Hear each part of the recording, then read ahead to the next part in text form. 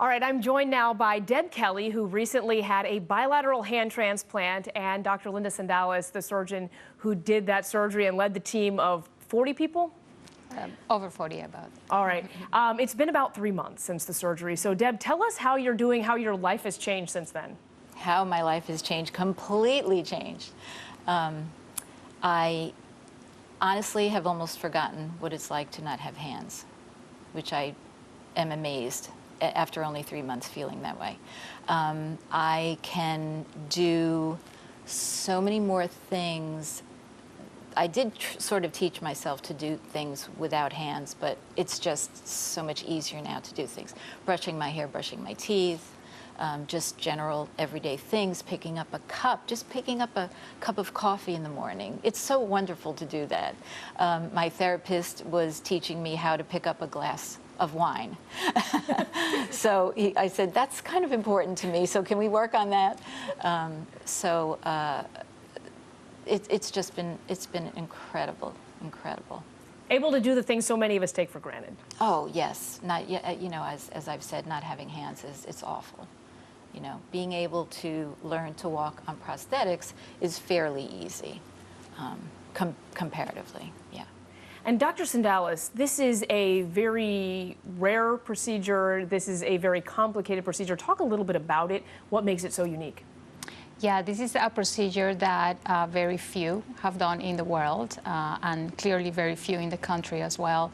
It takes a lot of effort, resources, talent, and it's really a multidisciplinary team. And Duke has done a great job putting together all these competencies together to be able to do something that we can help patients like Miss Kelly, who is a very deserving patient, and opening the door to many others who might be in the same condition and that we can help. Talk a little bit about, this is a part of a clinical trial. What will this ultimately go to help? Who will this help? Correct. So this is a clinical trial. Hand transplantation is still under research. And we invite anyone who has lost 1 or 2 hands below the elbow to call us to see if this is a good option for them. It clearly will need to be included in our study, but we do look forward to helping more individuals like Ms. Kelly. Deb, I know how far you've come. We've followed you since before you got the hand transplant and afterwards. What do you look most forward to doing one day?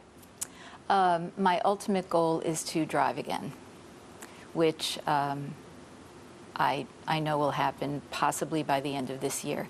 And you know how driving is the ultimate in independence. And once I can do that, I'll just be so happy.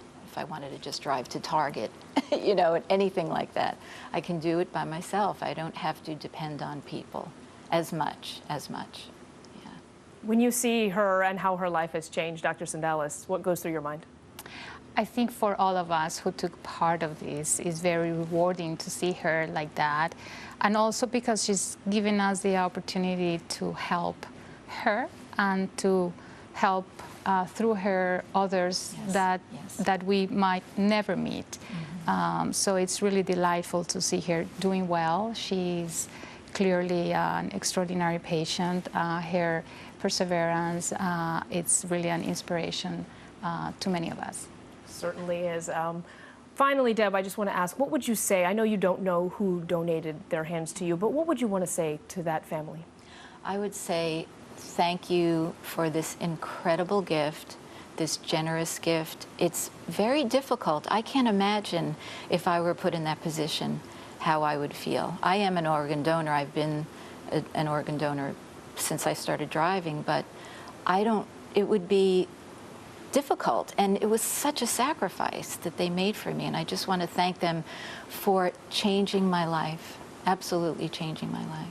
Wonderful sentiment. Thank you both so much for being here. Deb Kelly, Dr. Linda Sandalis. We appreciate it. Thank you.